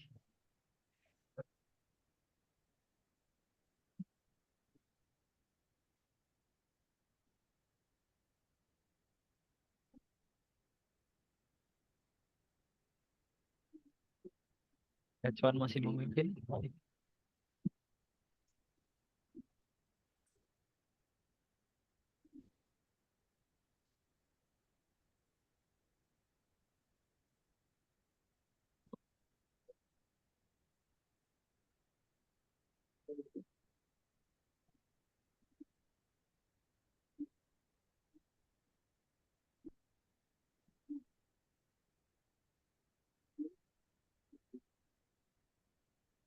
Ah, gacuan satu.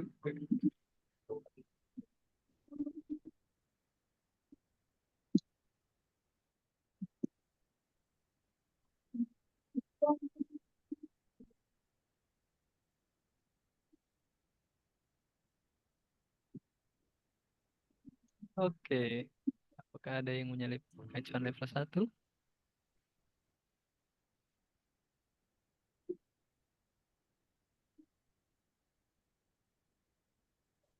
Wih, sama semua.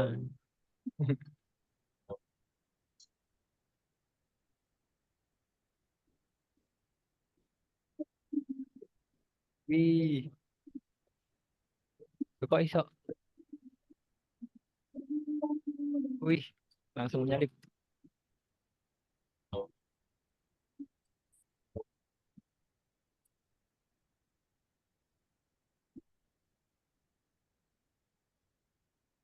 Tinggal satu orang.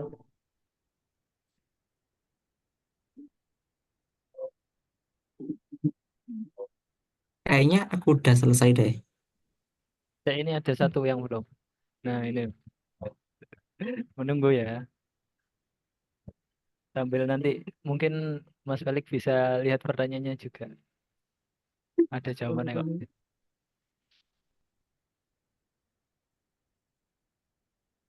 Oke, yang ini udah bisa di stop. Oke,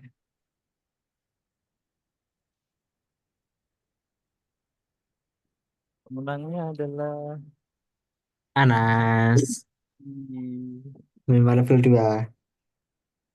mantap. Hehehe. Mungkin lihat Trik. pertanyaannya ya. Pertanyaan pertama, gimana bincang publikasinya? Betul semua ini gitu. Ya, Tanya yang sifatnya bentar, nggak ada bentar. yang salah ya. Satu kata, dua kata, tapi aku jawabnya 3. Apa ini gak ketok? Bagus. Apa ini gak kelihatan? Kok hitam ya tulisannya ya?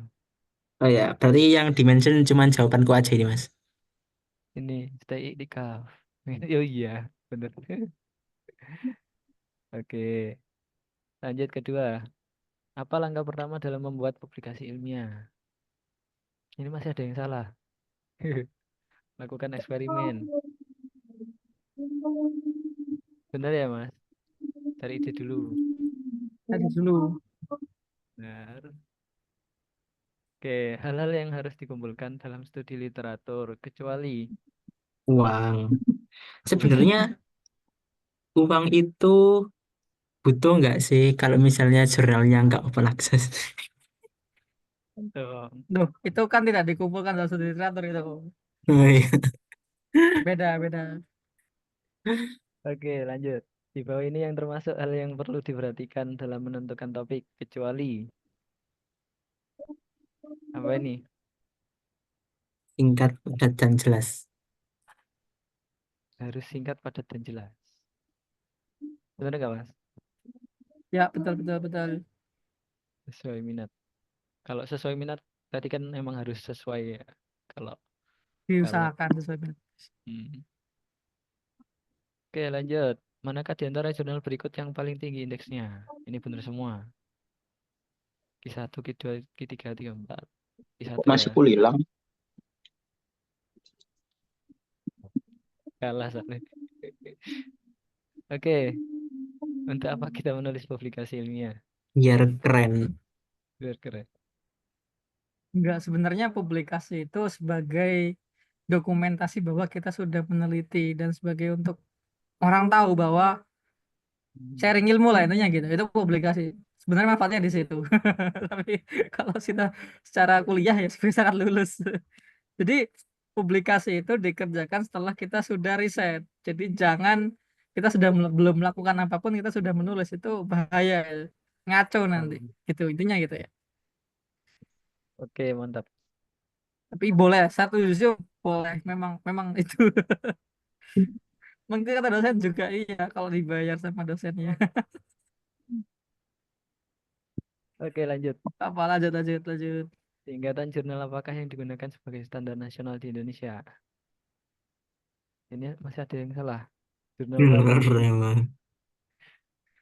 Jurnal cinta ya, bener ya.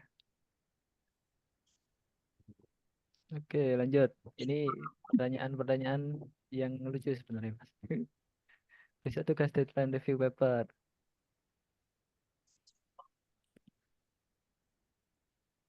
Ya, yang harus dibaca dulu pasti abstraknya dulu.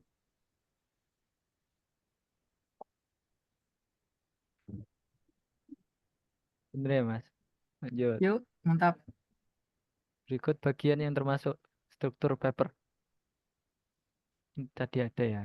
Kecuali atau Bentar. pengantar. Sampai.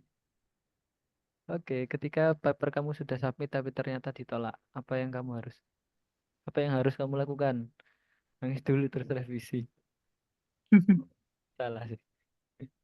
Tapi kurang tepat ya. Yang benar ini. Ya, kalau ditolak itu beda dengan revisi ya. Reject, kalau ditolak itu reject. Kalau Oh reject ya iya udah ya. cari cari tempat lain. Nah, kalau Ya kalau benar-benar. revisi itu berarti sudah diterima, tapi masih revisi. Itu beda. Ada Hmm, prosesnya. berarti benar ini lebih ke cari Ya, jurnal yang lain.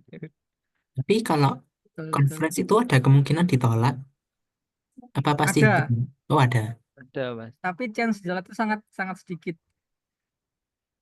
Hmm. Biasanya ditolak karena bidangnya tidak sesuai dengan konteks seminarnya. Kadang itu aja sih. Benar. Temanya beda, nggak sesuai gitu aja. Tapi kalau isinya jarang lah. Itu tadi mungkin lebih ke kejar konferensinya tadi, Mas. Biasanya Mm-mm. presentasinya. Oke, lanjut. Ketika kamu baca paper, ini kenapa banyak orang yang salah?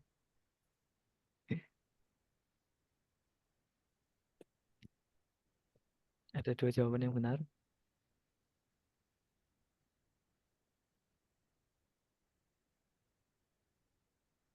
Maksudnya ini dalam konteks referensi ya, Mas, bukan konteks yang lain. Iya, maksudnya ini ya, kalau teori-teori memang kalau penemunya itu teori yang kamu pakai itu memang sudah tua, ya kamu pakai yang lebih dulu mengembangkan teori itu gitu. Tapi kalau kamu pakai pengembangannya, ya yang membuat pengembangan itu siapa? Jadi eh, kayak kemarin misalkan, ya itu tadi yang tak ceritain. Jadi kayak aku teori untuk menghitung kelembapan itu kan teori tahun 90-an. Nah, dosenku kan juga bikin paper yang menggunakan teori itu dan dia menuliskan rumusnya di situ. Nah, aku nggak bisa mensitasi rumus itu dari papernya dosenku, tapi aku mensitasi rumus itu dari aslinya, sumber aslinya. Jadi, meskipun tua, yo, nggak masalah kalau memang kita menemukan dan kamu pakai itu. Biasanya sebagai sebagai dasaran aja, tapi kemudian bukan sebagai metode yang lebih rincinya gitu. Oke, Biasanya pakai berarti teori-teori lama. berarti kalau Nah, itu aja misalkan teorinya udah tahun 90-an juga. Neural iya, network bisa diimplementasikan sekarang karena device-nya sudah mumpuni. Kalau dulu nggak bisa. Tapi teorinya sudah dari dulu. Gitu. Jadi ya nggak masalah tua. Justru kita harus mengutamakan penemu pertama. Kalau memang yang dipakai yang itu. Gitu. oke. Tapi ini masih banyak yang Iya. eh, kurang lebih. Terlalu Tapi bapak. sebenarnya jawabannya emang membingungkan sih. Iya. Nggak Yang masalah. menjawab. Masalah. Oke, apa yang bisa dilakukan ketika menunggu hasil review? Oke, benar semua. Jaga-jaga kirim subjek. Boleh. Oke, Oke, menarik, menarik. itu mungkin untuk refreshing ya. Semoga. Oh iya, nan- oh, ada hadiahnya nggak yo? Gimana Mas Auni? Ada hadiahnya tahu nggak? Enaknya. Saya manut Mas Ipul. Saya manut Pak Kom. Oke, tadi yang menang semoga ilmunya bermanfaat saja dulu. Yang jelas semoga apa yang didapatkan pada materi pada malam hari ini bisa bermanfaat buat kuliah dan seterusnya. Ya mungkin dari saya cukup. Tak kembalikan lagi ke Aunil. Yap. Terima kasih Mas Faizin dan kita udah di penghujung bincang-bincang ilmiah lah ini kuliah 2 SKS bersama Pak Felix gitu. Nah, sebelum kita mengakhiri kegiatan, mari kita tutup dengan umul Quran Suratul Fatihah agar yang kita bahas pada malam hari ini itu bermanfaat dan memperlancar kegiatan akademik kita maupun kegiatan yang lain juga. Ala diniyah wa ala kullin sholihah. Al-Fatihah.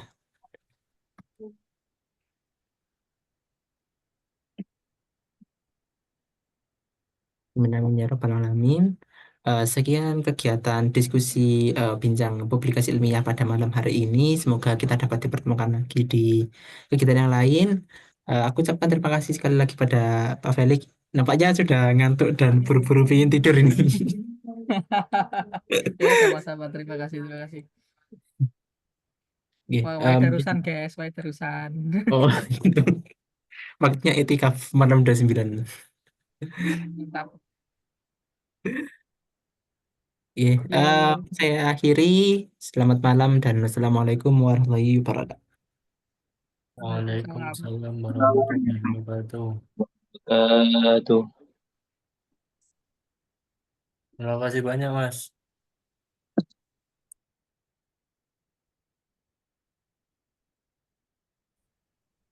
Terima kasih semuanya. Nil tak anteni nak oma. Apa? Loh, langsung live ya anak saya. Masuk live ya. Ya, makasih banyak Aunil. Nil, kan kamu Oh hostnya. iya, ndak aku sih ternyata. Loh,